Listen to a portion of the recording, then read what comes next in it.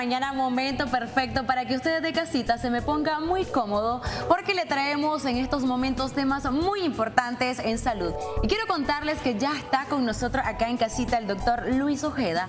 Él es el neurofisiatra y hoy nos va a hablar sobre un tema muy interesante y que quizá usted se sienta identificado. ¿Le ha pasado en algún momento y quizá ha sido vergonzoso que está platicando, estornuda y de repente se le sale un poco de orina? Podría tratarse de incontinencia urinaria. Hoy nos vamos a enterar por qué se da y cómo tratarla. Doctor, buenos días, bienvenido. Gracias, buenos días. Después es un gusto. de un año de no verlo. Teníamos mucho tiempo de no vernos, Dania.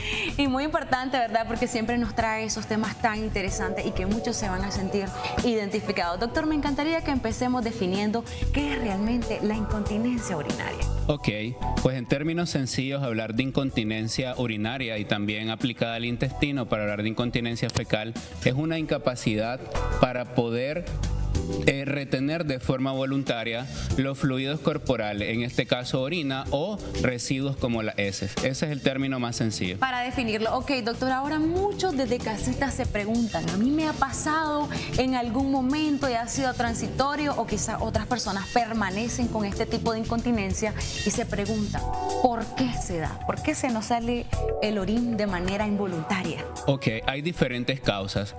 Normalmente se puede deber a un daño, a un proceso infeccioso a nivel local, a nivel de la vejiga o a nivel del tracto urinario inferior, pero en una gran cantidad de pacientes está asociado a alteraciones a nivel de las vías sensoriales o a nivel central. Entonces podemos tener trastornos incontinentes en pacientes que tuvieron daño cerebral, en pacientes que tienen alteraciones demenciales, en pacientes con Parkinson, que es bastante común, y también en pacientes que sufrieron traumatismo a nivel de la médula espinal. Lo más común es que la incontinencia aparezca por alteraciones en el tracto urinario inferior, ya se llamen infecciones o en pacientes después de una cirugía. Ahora, contarle, doctor, un caso bastante particular, y una vez me llegó una señora con este tipo de problema a mí y me mencionaba, doctora, ¿será que a mí me da porque soy mujer y porque ya estoy en la etapa de la menopausia?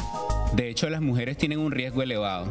O sea, las mujeres, por el tracto urinario, que es bastante pequeño, la uretra es pequeña, y si a eso le asociamos la posición del útero en relación a la vejiga, las mujeres después de cierta edad y después de haber tenido muchos hijos, tienen un mayor riesgo de presentar incontinencia urinaria por descenso de la vejiga. Eso se llama cistocele. Y es parte de los factores de riesgo, doctor. También me pasó en otra ocasión, una mujer luego de su embarazo desarrolló este tipo de problema, porque ya mencionaba ella que los médicos le habían explicado por el exceso de fuerza que se realiza durante el parto. Así es. Todo lo que aumente la presión abdominal, las pacientes embarazadas, las pacientes que tienen embarazos gemelares, aquellas pacientes que están embarazadas de niños muy grandes, o incluso pacientes que trabajan con exceso de carga física. Los pacientes que cargan, por ejemplo, que levantan cosas pesadas, que levantan pesos, tienen mayor riesgo de desarrollar incontinencia. Ahora, prácticamente hemos desarrollado algunas causas en mujeres o en femeninas, y en los varones, doctor, ¿cuáles son las causas más frecuentes?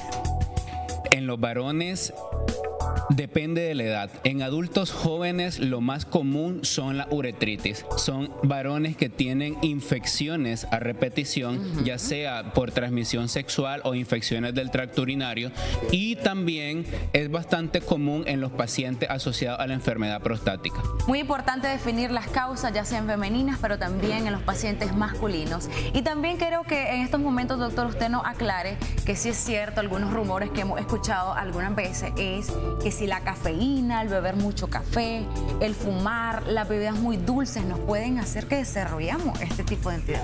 De hecho, sí, y es algo que se debe de tocar, la importancia de la dieta y el restringir algunos alimentos y algunas bebidas.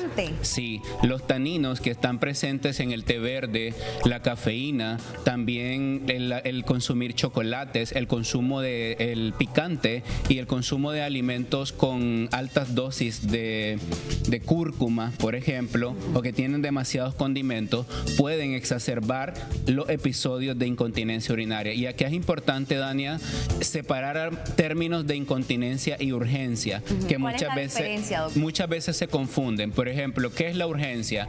Yo me tomé 3-4 vasos de agua y me estoy orinando, pero siento el deseo de ir al baño a orinar. Y había pasado, por ejemplo, ahorita. Siento el deseo de ir al baño a orinar y salen gotitas porque no logro llegar al baño. Eso se llama urgencia.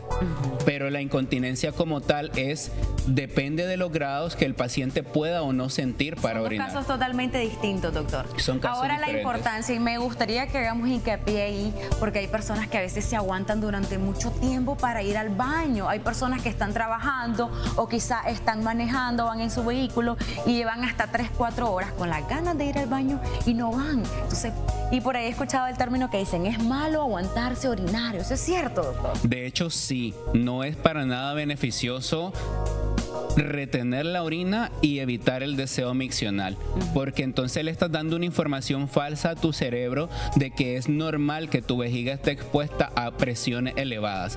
Las personas que hacen esto, si tú no sacas la orina y la mantienes, ¿hacia dónde va a ir esa orina? Se va a ir por el uréter y va a dañar el riñón. Entonces, a largo plazo se asocia a algo que se llama reflujo vésico-ureteral. Si la orina no sale por abajo, regresa al riñón. Y esto te puede predisponer también a infecciones de vías urinarias. Es bastante común, entre más tiempo esté la orina en la vejiga, aparecen las infecciones del tracto urinario. Muy importante, doctor. Siguiendo con las causas de esta enfermedad que es bastante común, también no podemos dejar atrás a los pacientes diabéticos. Hay pacientes diabéticos que desarrollan este problema por quizás trastornos neurológicos, y todos los diabéticos van a desarrollar incontinencia urinaria.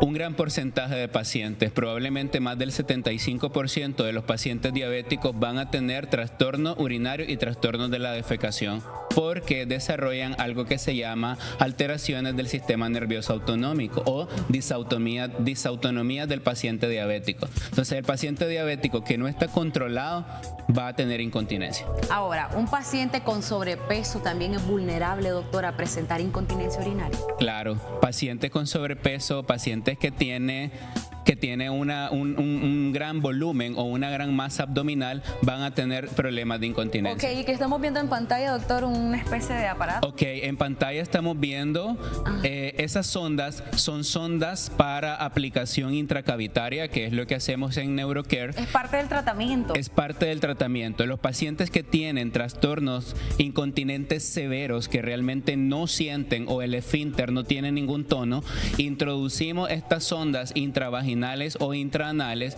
que dan una descarga eléctrica medida que no es molesta, y esto permite que el esfínter vuelva a tener tono y vuelva a ser capaz de sentir el paciente. Esto prácticamente está indicado para esa persona que está sentada platicando y de repente se orina y no se da cuenta. Claro, claro que sí. Y es muy importante hablar de incontinencia y rehabilitación porque hay mucho estigma social.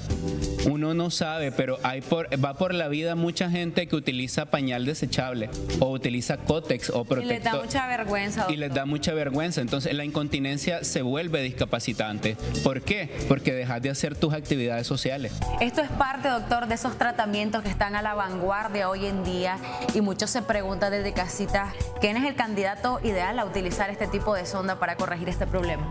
No existe ninguna contraindicación. Incluso utilizamos sondas pediátricas para niños pequeños, como los pacientes que tienen secuelas por lesión medular, los niños con mielomeningocele o que tienen médula anclada y quedan con trastornos de incontinencia, pero las contraindicaciones solamente si el paciente es portador de algún marcapaso o algún aparato cardíaco para el ritmo, porque obviamente es electricidad y puede intervenir con... La pregunta que muchos se deben de estar realizando desde casa, doctor, el introducir este tipo de sonda, ¿es doloroso? ¿Es bastante invasivo? No es doloroso porque las sondas vienen medidas. Entonces... Y en el caso de los caballeros, ¿cómo sería, doctor? En el caso de los caballeros hay dos formas de tratar. Hay una sonda intraanal, que es una sonda intracavitaria, que hace una estimulación cruzada a través de la próstata y llegar al esfínter. Pero hay métodos no invasivos. Por ejemplo, hay algo que se llama electroestimulación sacra y del nervio tibial. Colocamos unos electrodos a nivel del pie y en la parte baja de la columna, y es el método que se prefiere para los caballeros porque normalmente no Siento permiten... que debe de haber bastante dificultad al explicarle al caballero cuál es el procedimiento, aunque no sea tan invasivo, pero es un poquito incómodo. Sí, pero hay algunos procedimientos no invasivos para caballeros. Excelente. ¿Cómo es la efectividad de este tratamiento para las personas que se quieran animar porque realmente lo necesitan? Normalmente combinamos la electroneuromodulación con ejercicios de Kegel y kinesiología de piso pélvico. Entonces va incluida la capacidad para ejercitar el piso pélvico y la efectividad es muy buena, es arriba del 90%. Y para las damas también. Para las damas también. De hecho, tanto para hombres, para mujeres tiene efectos positivos secundarios. Para las damas el efecto positivo es que no solamente mejora el tono muscular del esfínter, sino que vuelve a tensar la musculatura vaginal. Excelente, doctor. Recomendaciones para todas las familias para evitar este tipo de problemas, la famosa incontinencia urinaria. Para evitar la incontinencia, mantener una saludable atención del tracto urinario. ¿Qué significa esto? Evitar las infecciones de vías urinarias recurrentes. No callemos síntomas urinarios, ardor, sensación de orina que tiene un olor que no es común, que no es normal.